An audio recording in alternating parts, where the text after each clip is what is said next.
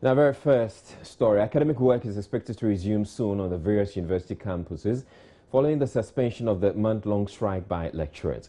UTAG, in a meeting with government yesterday, signed an MOU to call off its strike after an agreement was reached on the payment of their book and research allowances. Government has also agreed to a renegotiation of the conditions of service of UTAG as it prepares to introduce the book and research fund.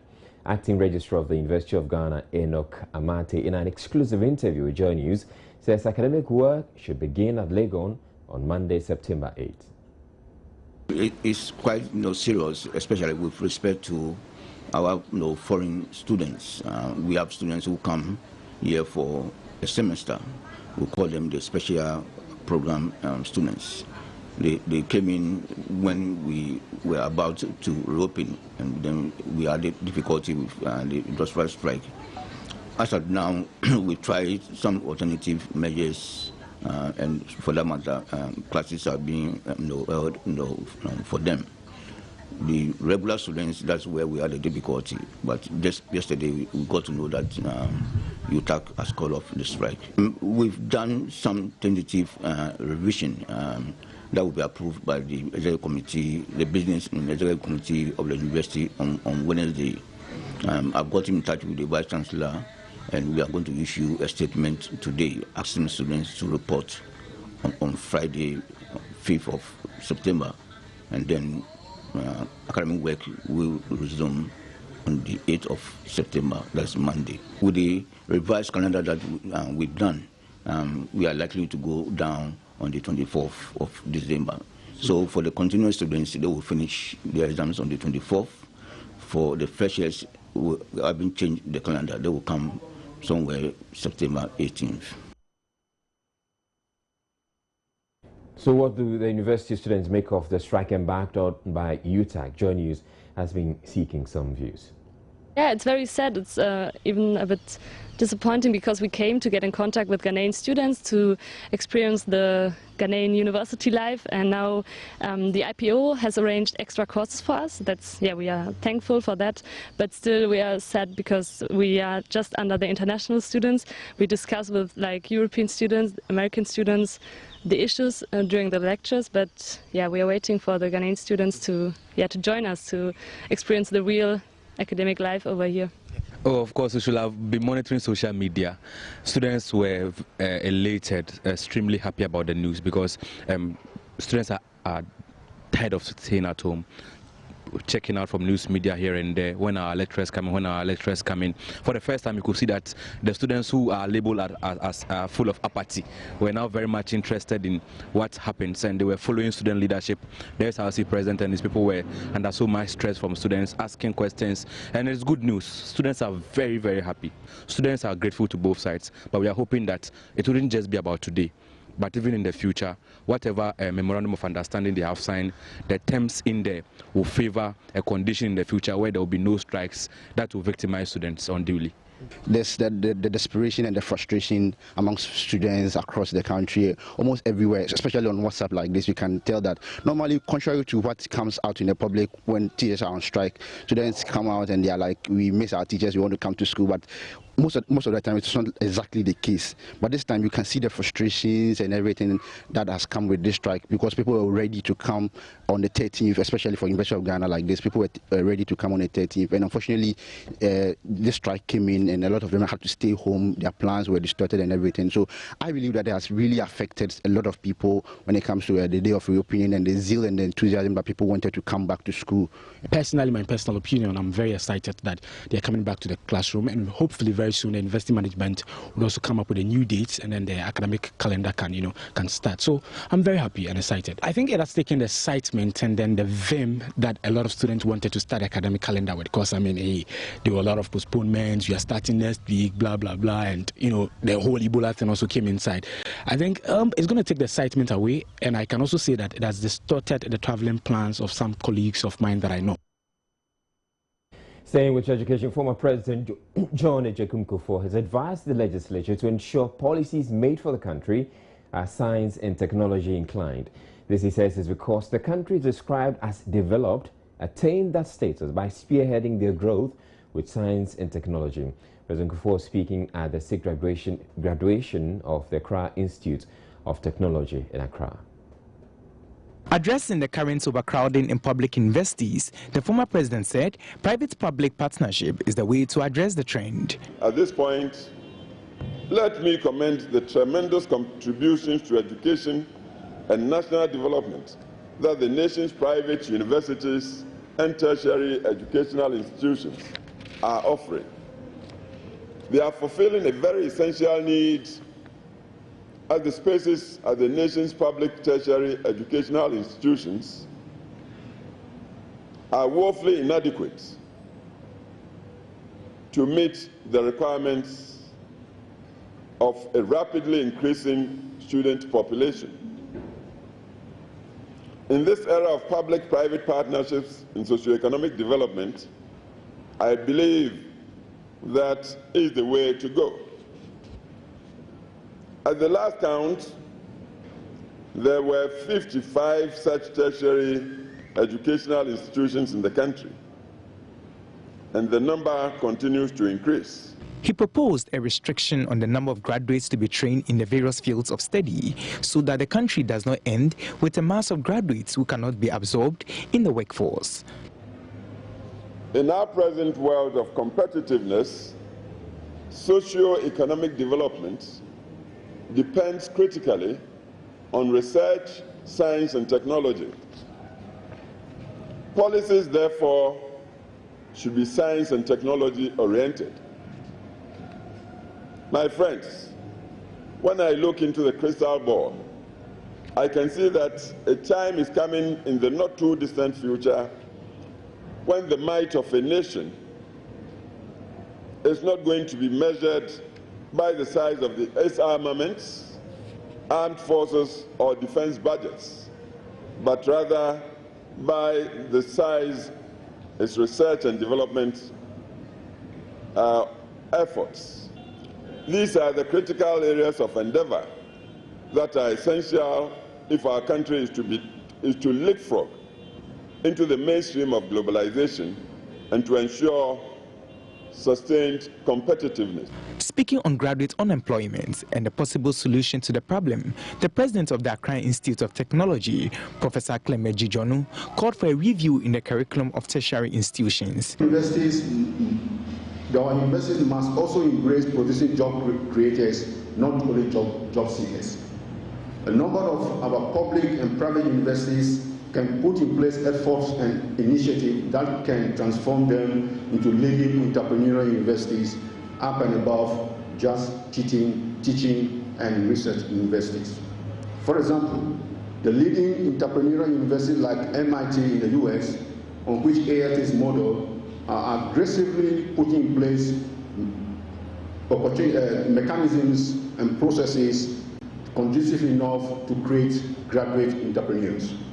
In fact, the alumni of MIT are reported to have set up over 25,000 companies worldwide, and these companies combined are producing annually $1.9 trillion a year. Meanwhile, about 18 PhD, 88 master degrees, and 93 postgraduate students have graduated from the institute. 21 of them obtained first class. President John Mahama says government will create opportunities for local contractors who show seriousness on the job. The president was speaking in Sekandi Takrady, where he inspected some road projects ongoing there. The inspection started at Paipano near Takrady Polytechnic. Regional Director of Urban Roads, Rosby Kobi-Mensah, said the project will be completed ahead of schedule.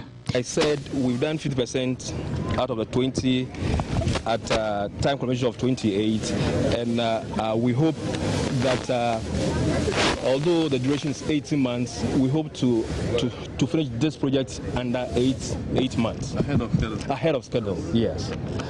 According to the president, the three phases of 20, 25 and 20-kilometer road respectively is to inch industrialization of the western region a notch higher. He sees the opportunity to reassure the townsfolk Ghana's economy is progressively getting better. Despite the economic challenges we are going through, development has not stopped. We are constructing roads, we are extending electricity, we are providing people with clean drinking water, we are building bridges, we are expanding the ports. Ghana is growing. It is going forward. It is not going back. And we're going to overcome the economic challenges that we are facing. We have a presidential advisory group on the economy that is my think tank that is working with me to turn this economic challenge around. The CD will stabilize, inflation will come down, and Ghana will become the shining black star of Africa. I'm sure that we all know that Sekondi Takoradi is becoming a very important metropolis because not only of the oil and gas industry, but also because of increasing tourism and visitors to the metropolis. He said the progress of the project so far is satisfactory, adding many more contracts are in the offing for local contractors. When we nurture contractors like this, we would be able to save a lot of money in terms of awarding contracts to our own contractors because we know they can execute them at the same level of efficiency as foreign contractors will do. And so I'm very satisfied that the work Just More is doing. I want to congratulate you and to say that we're going to create more Just More in this country and that contractors who show seriousness in execution of their job with efficiency will be given even more work to do. This is phase 1, 20 kilometers. There's another 50 kilometers. I hear when he started work, people thought some NGO was the one executing the job. It's no NGO, it's your government of Ghana that is executing this job. We're going to award another 25 kilometers of roads. And as the minister said, that will be phase 2. And after phase 2, we'll award another 25 kilometers.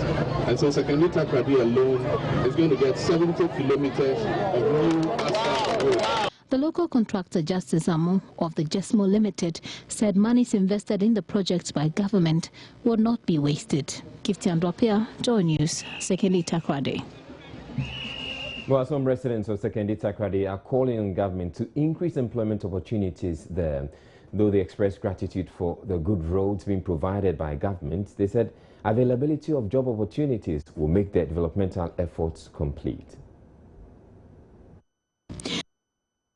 Sekondi Takoradi, the Western Regional Capital, is not spared the country's unemployment challenge despite hosting the chunk of Ghana's emerging oil industry. The president's visit therefore offered them a chance to pour out their frustrations. Such roads are normally for the highway, but for the president to have brought this road here, I think it's the best. We can commend him because he will do more. We are expecting more from him. Before the road is no good, but now the road come good for the Ghana. This moment, you're there. Why are you but you pay youth, you pay Juma now you need a vacancy. A Juma in Ghana, no Mississippi, I did man. Into your pede, John Mahama, no, or your BB man. Because Takwa, the Western region, are the young West, you won't cheer too much into your Pejuma. But of course, they were grateful for the roads. It was very bad, but as today I see, it was very good. Many cars didn't have chance to come in here, but as now, I think they will be trying to be here so that business will be going fine. Na ekwano anya kwa sisi mam kitakal mokwa benkulu mi famu de bibala kama na yebesenda mo akodole yen ole yen da manfonko na manfo hate na sisi ada bia wunde mo kenu oreye pepeper. Gifty Andropia, Joy News, Sekondi Takoradi, Western Region. Elsewhere, the People's Progressive Party has raised strong objection to President Mahama's involvement in a cleanup exercise last weekend, maintaining the president desilting gutters at Bukom and Nima here in Accra suggests a failure of leadership. Addressing a news conference in Accra on the cholera outbreak, which has claimed more than 90 lives so far, and the general sanitation situation, the PPP said it is high time the president got rid of non-performing officers and singled out the Accra mayor in particular. The party questioned why the mayor would look on for the president to descend into the gutter to perform a role that is his responsibility. According to the party, it was the responsibility of the Accra mayor to ensure that the capital was clean, and the fact that the president joined the mayor in the exercise meant the president was encouraging incompetence. It described the president's conduct as regrettable and one that must not be encouraged. Look, I am a proud Ghanaian, but I feel shy and saddened when my president descend into the gutters and clean gutter. Me sitting here, I will not do gutter cleaning. It's not because it's more than me, but it's because I have my roles and responsibilities.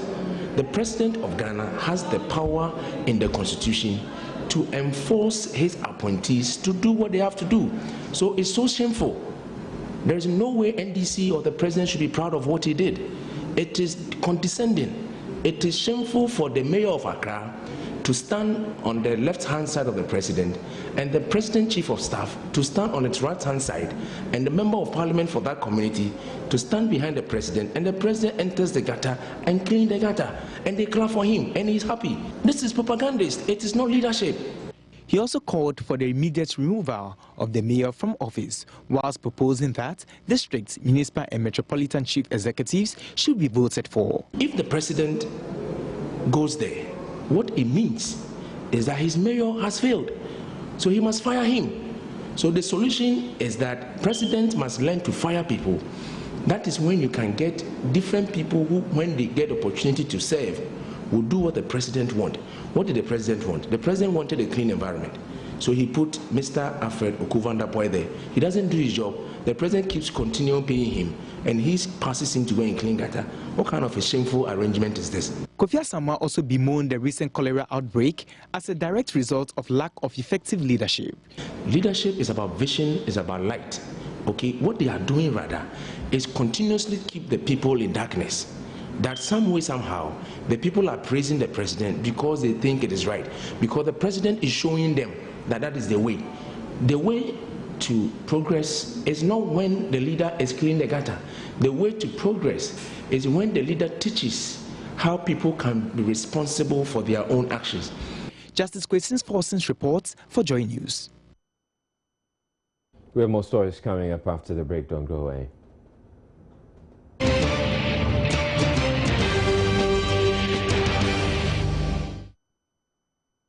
Right, so there's good news and bad news about Ghana's electricity supply situation. The good news is repair works on the West Africa gas pipeline, which resulted in a shortfall in electricity supply, have been completed. The not so good news, though, is that it does not mean the power outages resulting from load shedding or doomsday is over. Joy News' Abigail Aduma-Quenchi has more.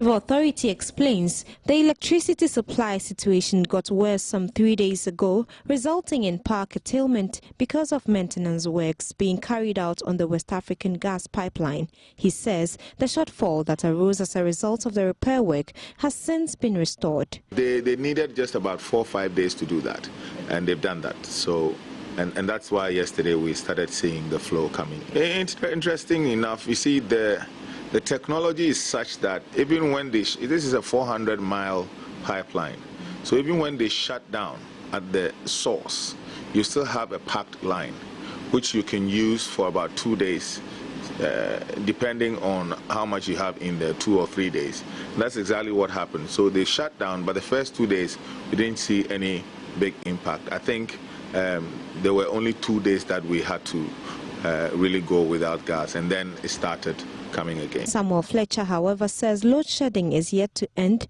as there is no reserve margin and current power generation cannot meet demand. One of the things we need to understand is that we are still going through load shedding. I mean, nobody has announced that load shedding is over. I think the question is, what is the intensity? But also, it's important that we understand that consumers have a very big role to play as far as the use of the commodity itself is concerned. Electricity is a very expensive commodity, and we have to use it wisely. 30 to 40% of what we put out there goes to waste on the demand side. I mean, that is unacceptable. So we all need to start, adjusting the way we use power. I mean, if you don't need it, just don't use it because you think you can pay for it. Okay, so let's try and help, let's think conservation. Though the delivery date for the much anticipated gas from the Jubilee field, which should become available for electricity generation, has once again been shifted, this time towards the end of the year, the VRA is expectant and optimistic it will come on stream soon to assuage the power challenges. Abigail Adomakwinchi for Joy News.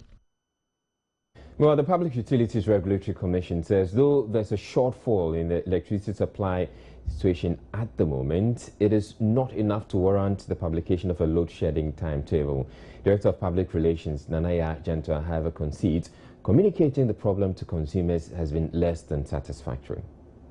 The schedule, you see, if the quantum is big, for instance, the last time we had this load shed, 485 megawatts at a particular point, that one you have to put a schedule to it. But this time, because we don't have a reserve margin, sometimes some plants will go off. Maybe there is not adequate gas coming from WACP. So suddenly you see some curtailment. But for now, the numbers that maybe are going on is not as high as maybe 485. At every particular point in time, have about some 50 to 30 megawatts in there that you have to shed. We should also look at the difference between an outage and load shedding. Or maybe there's a fault. If there's a fault on the system, that is different from a prolonged hours of maybe outage that is maybe 6 hours or 8 hours. So we should find a balance between the two. So right now what we are seeing, it can be both. We have to investigate to find out exactly that are these faults or is it some form of curtailment of power in the system. She explains the PRC has scheduled a meeting with all stakeholders in the power sector to address the communication challenges, but chastised the power providers for failing to adequately notify the public on the maintenance works on the gas pipeline. We are having a meeting on Friday to discuss the communication gap that is there and let them formulate a communication strategy to inform the public exactly what the situation is at the moment. They have come out to say a few things. Maybe we have to go further and do a consistent, sustainable education to the public. The next review of electricity tariffs, meanwhile, remains the 1st of October. In other news, access to potable water remains a major challenge for a lot of Ghanaians, a challenge that has become even more critical following the cholera outbreak, which continues to claim life. Health authorities say a significant number of the cases that have been presented indicate a contamination of potable water sources. Matilda Wamaga in the following report explores the cholera situation in Ashaman, a sprawling community near Temahi and the Greater Accra region, one of the worst hit in the current outbreak. This year has seen an alarming number of cholera cases. The nationwide figure currently comes to about 10,000 and climbing in 7 regions with 92 people killed. This has raised concerns among public health experts who say the risk factors like poor personnel, food and sanitation hygiene, floods leading to contaminated domestic water sources, broken down water pipes are fueling the epidemic. Out here in Ashaiman, one of the largest towns in Greater Accra, it is all too clear why cholera continues to kill people. The town, which has had its water supply situation worsened in the last months, accounts for the most cases presented to hospitals in the Tema metropolis. So what has been the source of water supply by the many food vendors in the municipality? The water situation is even getting worse because sometimes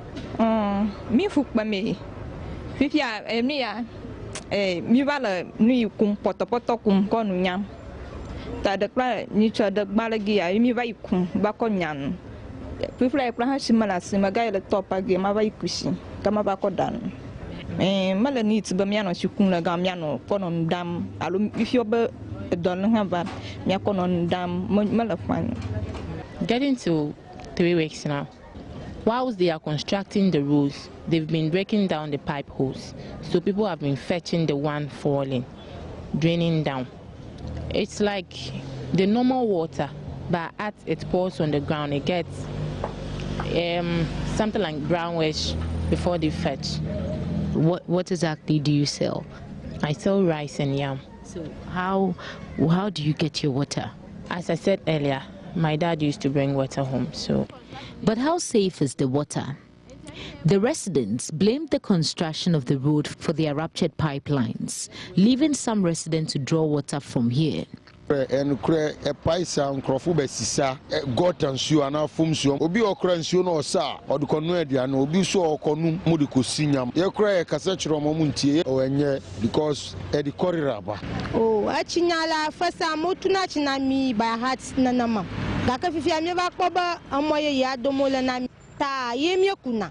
Ala nitimiatangwala, Gakamala nitimiatangwanu, Assassinanami, Alababa, Afimiazachia.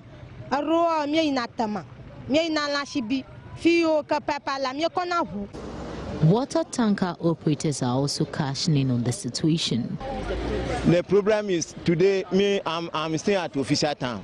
If today they open water for me at official town, the next day the water will close because of the road construction. Because normally it wasn't so. So because of the road construction, normally it wasn't so. Majority of them, but the whole thing is they are doing it. But you see, if pipe broke right now, within 30 minutes it will affect hundreds of people. That one is a mass. So it's true because of the construction work. Tell us, where do you get your water from before you supply to residents here in Asha? From Tamaji TP. We have a station for there. We bought from them, then we send it to our suppliers. But for such a major road construction to take place, was there no alternative water supply plan? The Tema regional manager of the Ghana Water Company says they cannot be faulted for the supply disruption to the community, explaining due diligence wasn't applied before construction works on the road began about a month ago. In the case of the Ashama works, in fact, it was done by my predecessor. Estimates were given to the urban roads, but we didn't hear anything again until I don't know what happened. I think maybe pressure from the community came and they started the road works and they told us to come in. At that time, the relocation had not been done, and the pipes are on the edge of the roads, which will be affected by the construction works. And in fact, we've had a lot of challenges. We've spent a lot of money. Anytime they are working, they break the pipes because we want to restore services. He stressed water supply to the Ashaiman community cannot be assured for now, since most of the pipelines have been destroyed. Meanwhile, the Tema Metropolitan Director of Health, Dr. John Yabani, says cholera situation is not getting any better as more cases are recorded each day. He identified Tema Manhem, Ashaiman, Community 1, Abuchawe as being the hardest hit since the outbreak. He blamed it on the practice of open defecation, lack of access to potable water, and insanitary conditions. The Tema metropolis has so far recorded 632 cases and 8 deaths. Matilda Homagan for Joy News, Accra. Public health specialist at the Ghana Health Service, Dr. Franklin Isiedu Bekwe, has made a call to the media to avoid causing panic in their reports on Ebola. He made this call when Airtel Ghana donated some infrared thermometers to the Ministry of Health to support the nation's fight against the outbreak of the disease. Since the outbreak of the deadly Ebola virus was reported in Guinea in March this year, various West African countries have adopted several measures aimed at halting the spread of the disease. With over 1,000 people killed so far by the disease in neighboring countries, the Ghanaian government is stepping up efforts to prevent the disease from entering the country. The media have been using their platform to educate the public about how to handle and prevent the disease in case of an outbreak. But a public health specialist with the Ghana Health Service says, whilst the media is doing a good job, there is the need to exercise caution in their campaign. The fact that somebody is bleeding alone doesn't mean it's Ebola.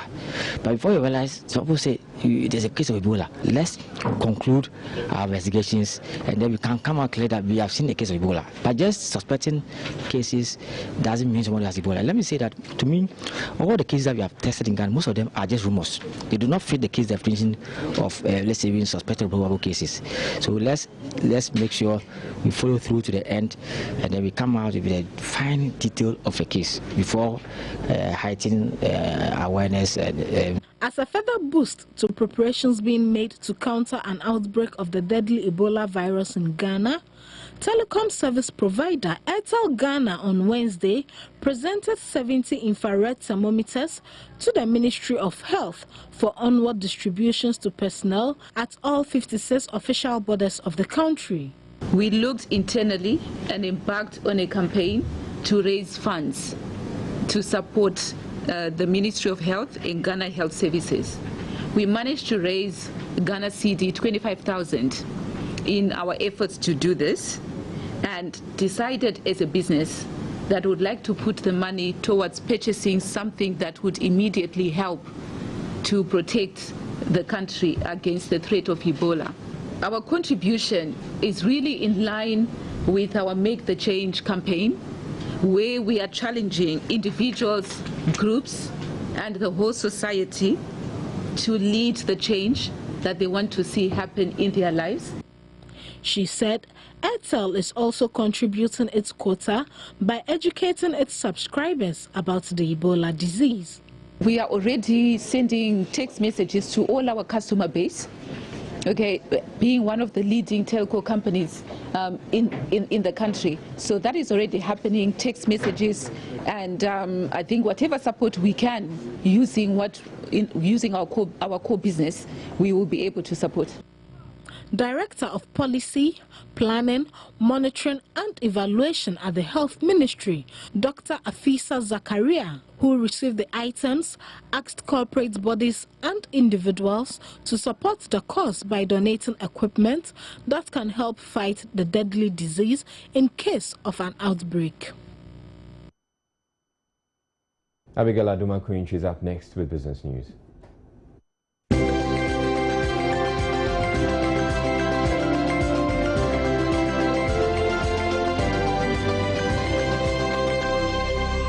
For business, I'm Abigail Aduma-Quinch. Now, the Ghana Standards Authority is urging importers in the Ashanti region to engage with its officials to get a clear understanding of the new regulations regarding imports, explaining it is in their own interest to understand and comply and prevent counterfeit products from entering the country. The Product Conformity Assessment Program, which comes into effect in October this year, would prevent the importation of substandard goods to protect consumers' health and safety. A report by Mahmoud Mohammed Nuruddin. The Product Conformity Assessment Program will help government agencies enforce the implementation of obligatory legislation for the protection of the environment and also facilitate customs clearance processes at the ports, because verification activities will be complemented prior to shipment.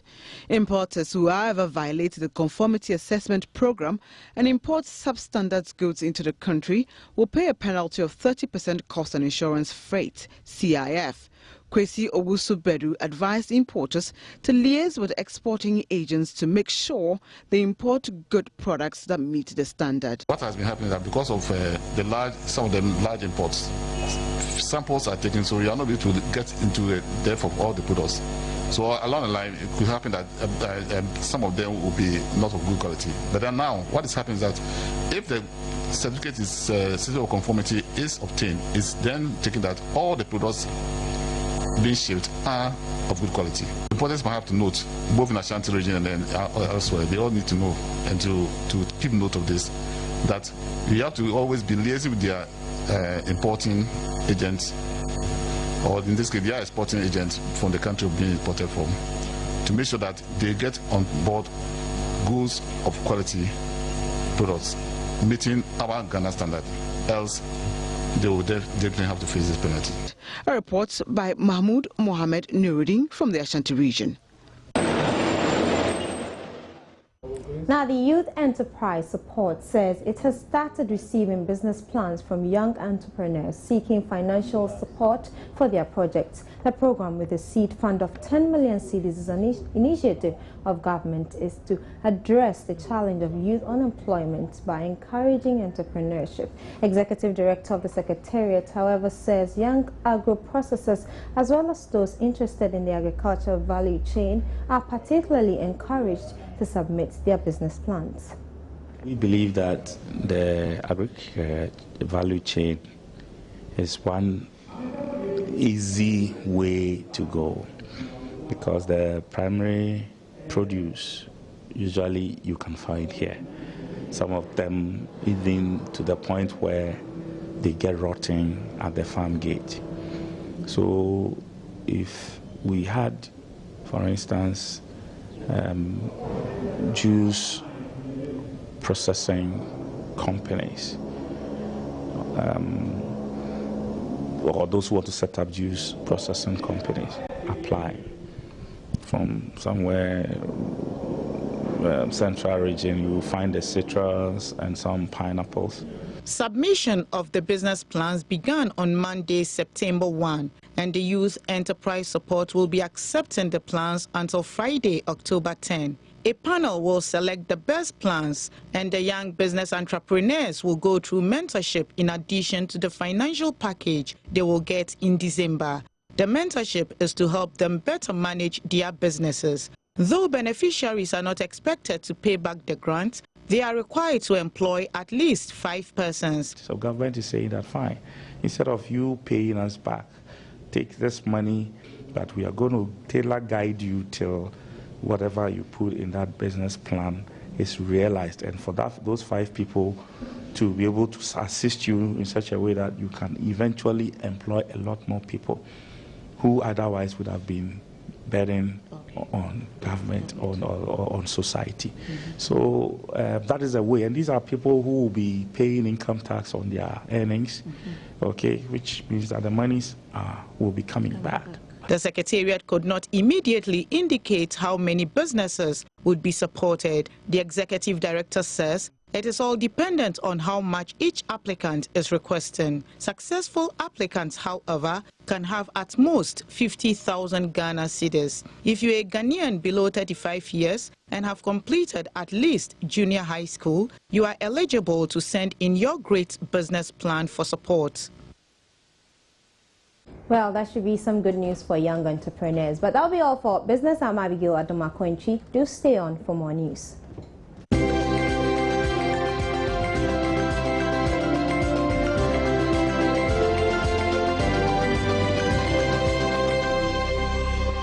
Some sports now, certainly, and it's all about the Black Stars. The build-up to that AFCON 2015 qualifier against Uganda on Saturday. Now, striker Abdul-Majid Waris joined the Black Stars training session today ahead of the upcoming AFCON qualifier against Uganda. Andre Ayew is the remaining player yet to arrive at the team's camping base. Waris had to delay his arrival to join his international teammates due to his travel to Turkey to complete a 4-year move to Trabzonspor. The Black Stars held their second training session at the Barbara Stadium on Wednesday morning without influential duo Andre Ayew and Abdul-Majid Waris.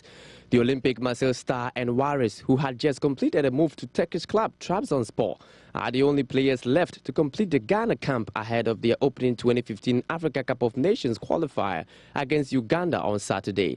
The Black Stars began training on Tuesday evening hours after arriving in Kumasi. Harrison Affle was the only absentee in the opening training session as he arrived late from his base in Tunisia.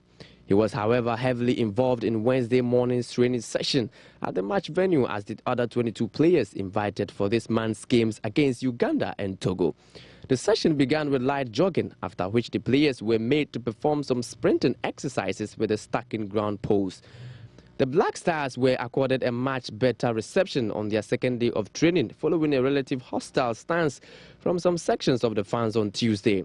The team will continue with their preparation with another training session in the venue where Majid Waris and Andre Ayew are expected to join their international teammates. Meanwhile, suspended Black Stars midfielder Suleiman Tari has appealed to the Black Stars to lift the disappointment of the 2014 World Cup by defeating the Ugandans in Kumasi to get their 2015 Africa Cup of Nations qualifier underway in grand style.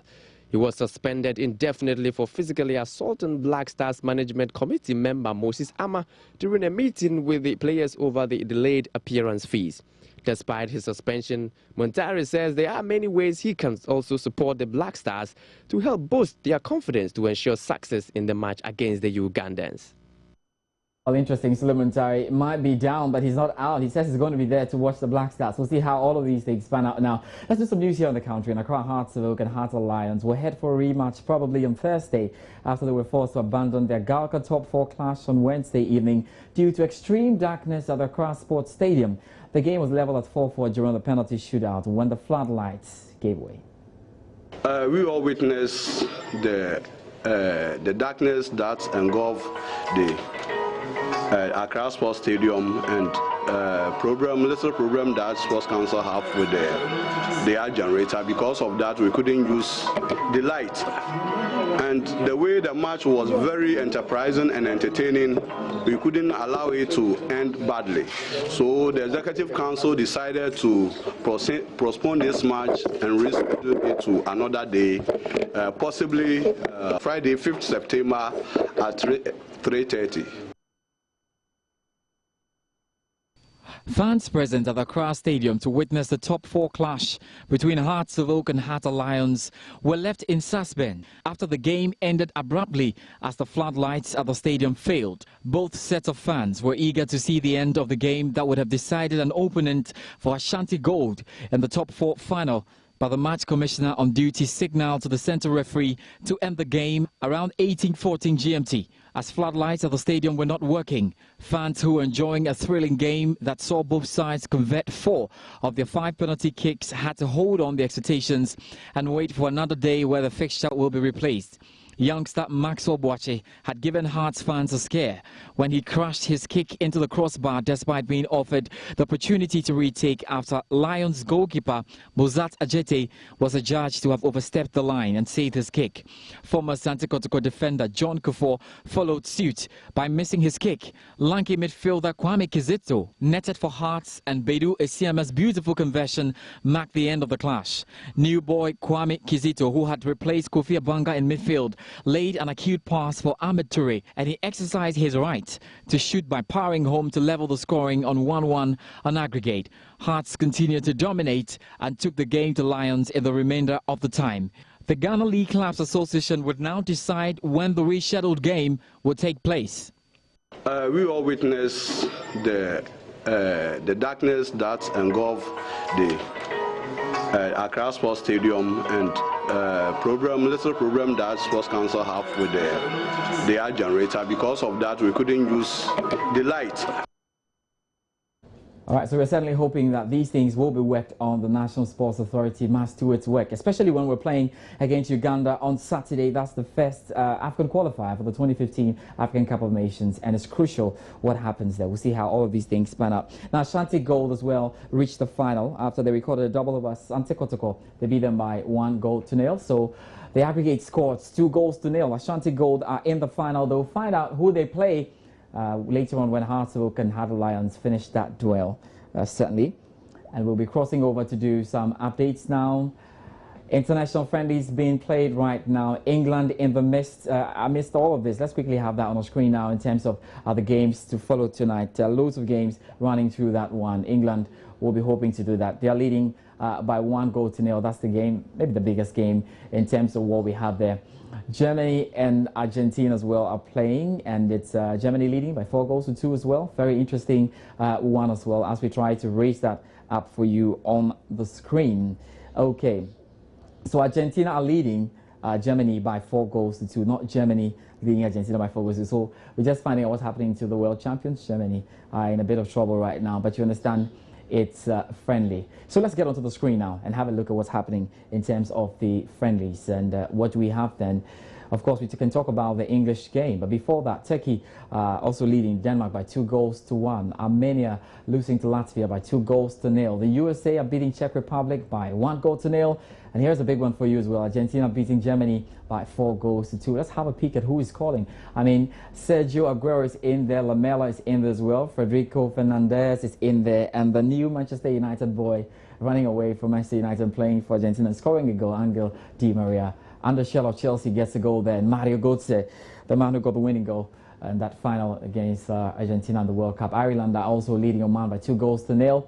England lead Norway by 1-0. And Wayne Rooney is the man who has scored. Good news for Manchester United there as well. On the African scene, it's Morocco has joined goalless with Qatar. That's exactly what is happening there. Interesting. Manchester United fans should be excited. 2 players getting on the score sheet. That'll be all for sports tonight. I'm George Addy Jr. Israel will join us with some more. You have a good night.